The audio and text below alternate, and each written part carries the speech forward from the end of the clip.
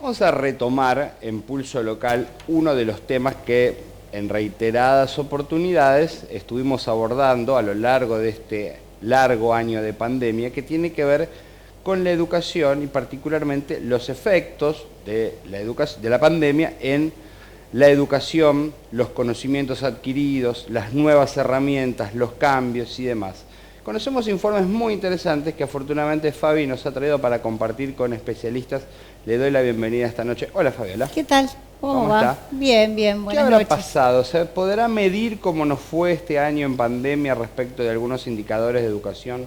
Yo creo que sí, que se puede medir, al menos se puede hacer un análisis general de lo que ha sucedido y vamos a profundizar en lo que es América Latina, sí. ¿No? No solo Argentina. No, sino también Latinoamérica y marcando una gran diferencia con países de Europa.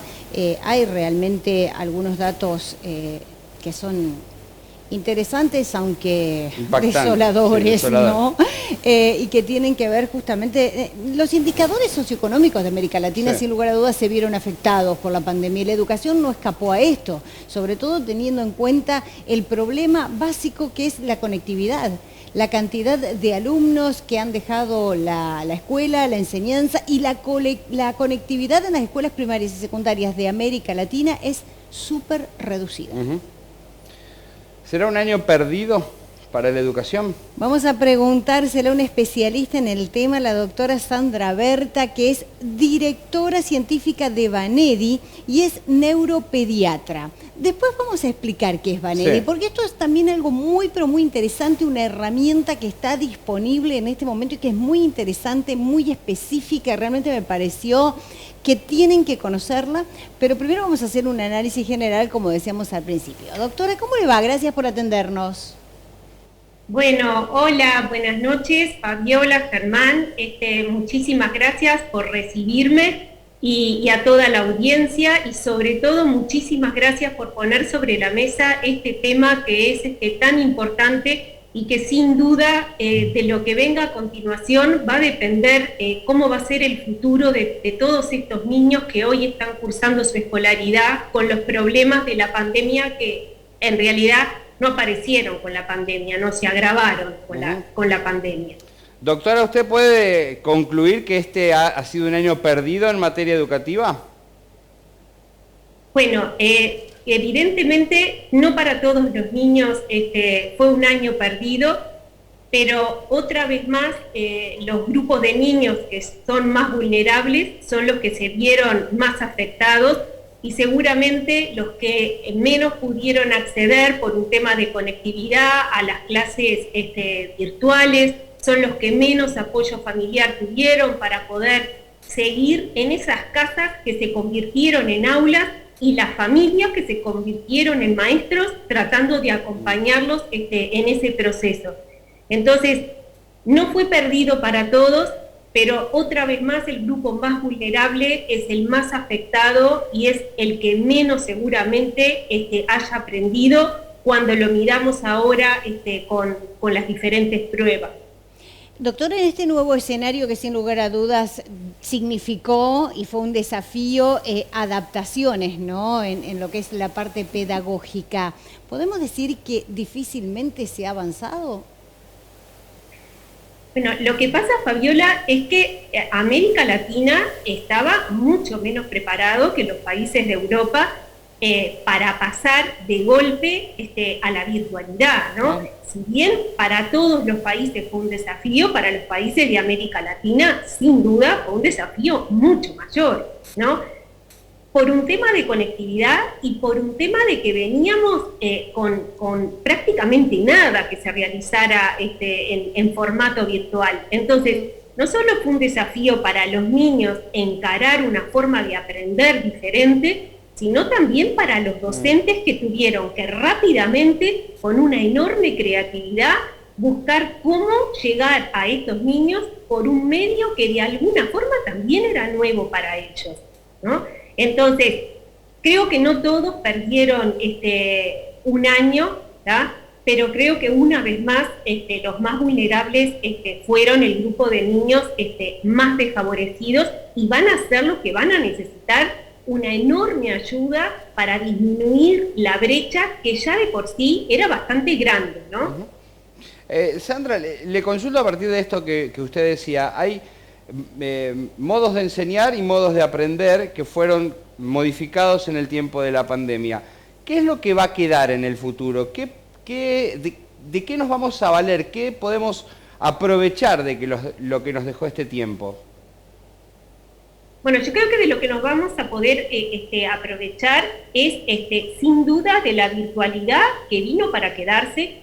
Vamos a seguir trabajando de una forma que va a ser híbrida, ¿no? La virtualidad de alguna forma se va a mantener, pero yo creo que el paso más importante en el cambio que tenemos que dar, si realmente queremos un cambio, porque una cosa es decir queremos cambiar y otra cosa es hacer cosas para generar ese cambio. Entonces, Germán, yo pregunto, ¿no? ¿Cuántos miles de estudios hay hechos que nos dicen que los millones de niños en América Latina tienen un grado de aprendizaje por debajo de la media del esperado? Hay cientos. Cada país tiene una forma de medirlo, ¿no? Están en las agendas Aprender, que ahora está Aprender 2021 para ustedes, ¿no? En Uruguay tenemos aristas, pero yo me pregunto, los niños esos que no aprenden y que están rezagados, ¿por qué? ¿Qué les pasa a esos niños?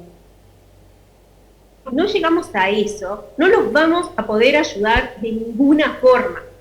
Y pensando en eso, es que desarrollamos Baneri. Y Baneri fue desarrollada no en época de pandemia, ¿no? Por esto que decimos de que la crisis en educación ya venía de antes. Yo llevo muchos años trabajando en el hospital pediátrico con niños con problemas de aprendizaje y ustedes no saben, Fabiola, Germán, lo que es decirle a un padre, ¿no?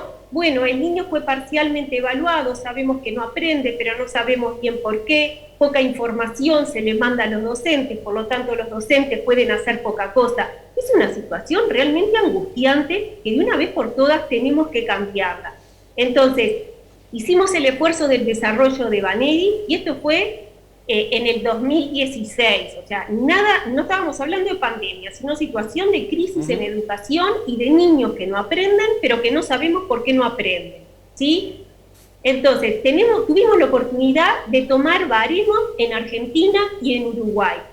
Nos dimos el lujo de trabajar en conjunto, argentinos y uruguayos, para diseñar una herramienta para poder usarla en común, que se adapte a las características culturales que si bien son muy similares, tienen pequeñas diferencias, pero hicimos una herramienta adaptada a las dos poblaciones. Está baremada para las dos poblaciones pre-pandemia, en el 2018. Pues bueno, es momento de decir, utilicemos una herramienta de este tipo para definir a aquel que no aprende, por qué no aprende. Y cuando sepamos por qué no aprende, tomemos las medidas para que esto mejore. ¿Ustedes saben cuánto demora en hacerse una evaluación de este tipo? 4 horas. Con 4 horas que yo le dedique a un niño que tiene un problema para aprender, sé por qué no aprende y sé cómo ayudarlo. Sé si el niño no aprende porque tiene un problema de lenguaje, porque tiene un problema de atención, porque tiene un problema en la memoria operativa, porque no logra automatizar procesos. Cada uno de esos niños requiere una atención diferente. Entonces yo me pregunto, ¿qué hacemos con los niños que están rezagados? ¿Con todos hacemos lo mismo? Bueno, pues habrá un montón que no calzan en ese hacer, porque no es específico para su dificultad, porque no la conocemos.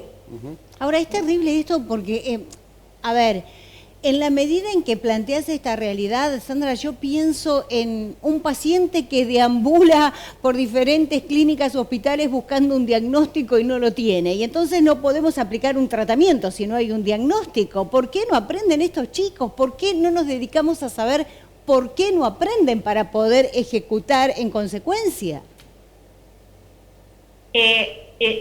Mira, Fabiola, yo no sé si tú sos mamá como yo, pero yo tuve un hijo con dificultades de aprendizaje, sé lo que es ese periplo, te lo juro que sé, y lo vivo y lo revivo en cada madre que tiene un niño con problemas para aprender.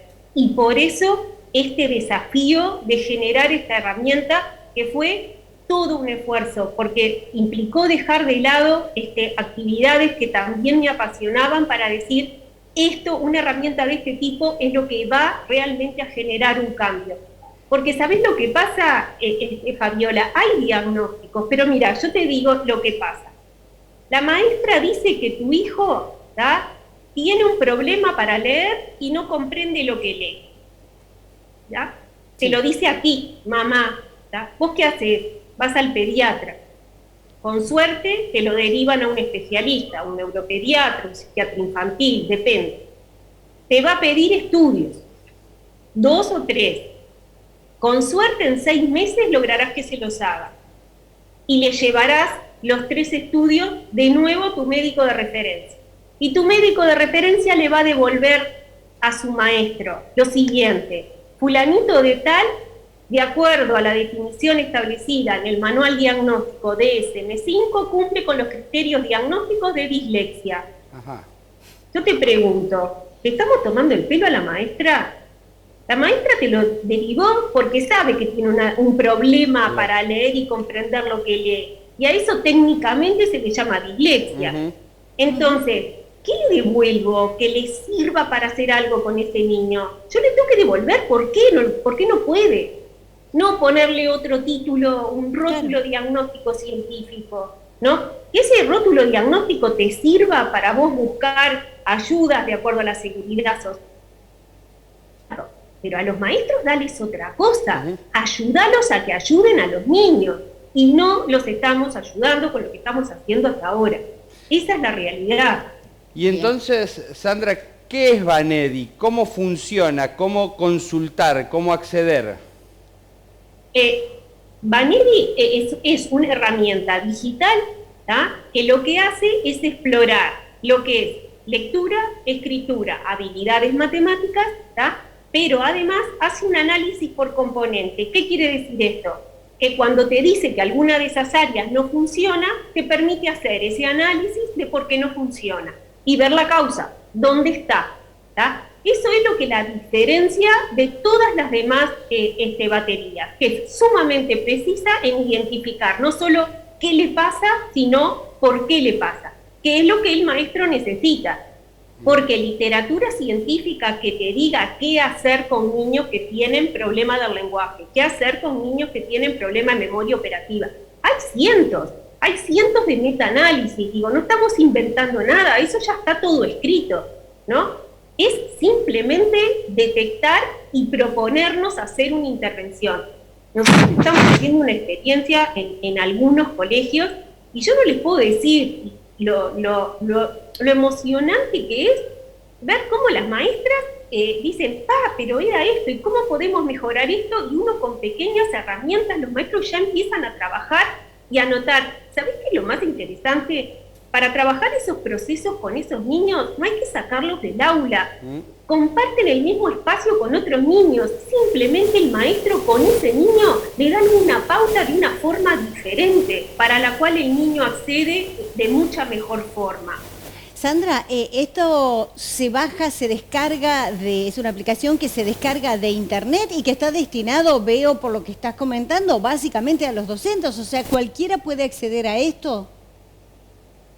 Sí, es una herramienta que está destinada para que sea utilizada por cualquier persona que esté entrenada en pasar pruebas a niños, ¿tá? Y además nosotros tenemos toda una guía para hacerla muy sencilla, con algoritmos, para hacer la interpretación de resultados, que, ojo, no quiere decir ni que un maestro ni que un psicopedagogo vaya a hacer diagnóstico de trastorno por déficit atencional. No, okay. Eso lo hará el especialista. Exacto. Bien, ¿tá? Ahora, el maestro lo que sí va a poder decir y hacer es decir, este niño no comprende lo que lee porque tiene un problema en la atención. Porque, ¿saben una cosa, Fabiola, Germán? Los maestros tienen la enorme tarea de poner en el cerebro de los niños 2 funciones nuevas, que es la lectura, la escritura y una tercera que es las habilidades matemáticas. Entonces, no hay otro profesional que tenga esa tarea. Y a ese maestro que tiene esa tarea lo hacemos trabajar a ciegas. ¿Por qué? Porque no sabe con qué funcionamiento del niño cuenta para elaborar esas funciones nuevas. ¿Es justo eso?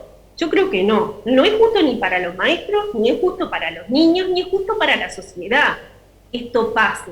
Que tengamos niños fuera del sistema educativo porque nadie se pone las pilas en hacer estas cosas que realmente son sencillas, ¿no? Porque acá no es que esto es complicado, acá son recursos, no, es entrenamiento a docentes para pasar las pruebas, para sacar conclusiones de qué le pasa al niño y ponerse a trabajar con el niño. Y listo, ¿De qué rango etario? Me apasiona esto. Sí, lo transmitís, se nota, es bueno. Es muy interesante, Sandra. ¿De qué edades estamos hablando? ¿De niños de la primera escolaridad? ¿Se puede avanzar a otros niveles?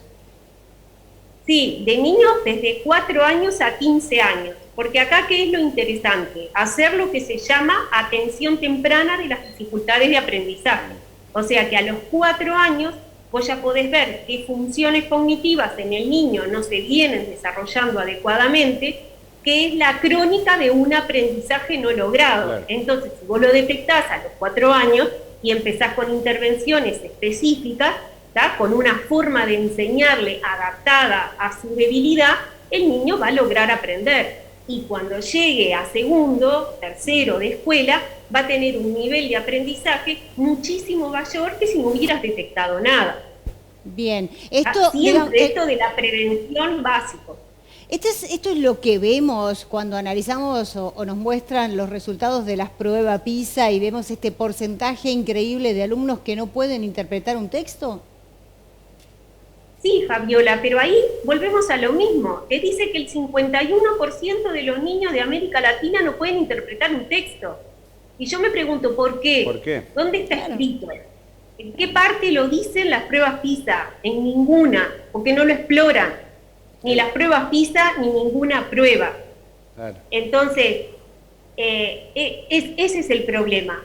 Y yo me apasiono porque digo, no me parece que sea complejo solucionarlo. Y de hecho, cuando lo empezamos a poner en práctica, te das cuenta de que se abre un mundo de posibilidades para millones de niños, ¿no? Estamos hablando del capital humano de América Latina, por favor.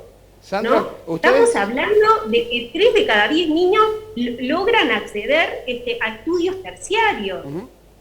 ¿Trabajan coordinadamente con organismos públicos, con algunos niveles del Estado? ¿Cómo es su vínculo? No, sí, empezamos a trabajar, empezamos a trabajar y empezamos ese proceso que sabemos que la gestión en el ámbito público tiene sus tiempos, ¿no? Pero por lo menos empezamos un diálogo de entendimiento y en el sistema educativo están de acuerdo en que es importante la mirada individual más allá de la mirada global que nos dan otras pruebas, ¿no? Entonces yo creo que esos primeros puntos de encuentro son muy importantes para ver si logramos en los 2 meses que quedan del año elaborar alguna estrategia concreta para arrancar en marzo con otra actitud frente a estos niños que tienen problemas para aprender. Vos sabés que, bueno, leyendo el artículo que escribió Sandra, cita a Emanuela Di Gropello, que es experta en educación del Banco Mundial, y ella habla justamente de la situación en América Latina que enfrenta lo que llama una crisis silenciosa, pero que con el tiempo se volverá estridente, y es que es así, en algún momento esto explota. Y va a explotar cuando estos niños ingresen al mercado laboral. Claro. Ahí va a explotar. Pero ahí ya tenemos el tren enfrente, ya nos estamos dando de frente. Yo creo que tenemos que empezar a actuar ahora, que todavía el tren está lejos, ¿no? O vamos a esperar a que nos pase por arriba, sabiendo lo que hay que hacer. No puede ser. Creo que tenemos que dejar de lado, acá no deben de correr intereses políticos, económicos, personales. Acá lo que tiene que prevalecer es la lógica de que la esencia es ayudar a que estos niños mejoren la condición y que lleguen a la etapa adulta y a la etapa de inserción laboral en otras condiciones, pero reales, ¿no? No quedarnos con que vamos a ver qué hacemos, sino vamos a hacer. Hay que remangarse y hay que empezar a trabajar. Nos metemos en la web de Banedi para, claro que sí, para empezar a investigar. No dejen de ingresar y de investigar allí, es www.banedi.org, porque realmente está todo muy claro y muy bien explicado, ¿no? Para que cualquiera de ustedes puedan acceder, o sea, de los que estén interesados, a esta batería de preguntas, estas evaluaciones. Hay muchísimos tutoriales, justamente la doctora explica absolutamente todo, así es que no dejen de hacerlo. Gracias, doctora. Bueno, que tengan una buena noche y otra vez la agradecida soy yo por esta oportunidad. Creo que en la medida de que todos los actores podamos participar, opinar, organizarnos y trabajar, vamos a lograr cambiar esta situación. Así que muchísimas gracias a los dos. Gracias, a usted, buenas noches. Interesante, ¿no? Porque además es muy sencillo, lo estuvimos probando, cómo hacer las consultas, el pequeño test, el inicial, seguramente con la apoyatura de los profesionales y de los tutoriales y de las consultas, pero es interesante para empezar a ver esas causas de aprendizaje, de dificultades, y estamos a tiempo. Claro que sí, hablaba de la pobreza del aprendizaje, ¿no? Desde un modelo matemático creado por el Banco Mundial. Y déjame cerrar con algunos números que son fríos, pero que realmente dan magnitud de lo que estamos hablando. En Argentina se pasó de un 53,9% a un 66,2% en lo que es pobreza del aprendizaje, lo que significa que un 22% más de chicos de 10 años son incapaces de leer y de comprender un texto sencillo. Hasta abril del 2021 en Argentina se contabilizaron 322 días sin clases presenciales. Desde que comenzaron las restricciones es uno de los países que más semanas ha mantenido sus escuelas cerradas, 54 en total según un relevamiento de la UNESCO. La verdad es que nada, estoy preocupada. Cierro con esto, a nivel regional menos del 43% de las escuelas primarias y menos del 62% de las escuelas secundarias tienen acceso a internet con fines educativos. En nuestra provincia, hace algunos días, se aprobó la ley de conectividad. Cuando hablamos de pobreza, no nos referimos solamente a las cuestiones materiales, ¿no? Esto es una muestra muy clara de que el concepto es más amplio. A la vuelta de la pausa, lo prometido, hablamos con Héctor Ponce, secretario del Gremio de los Lecheros.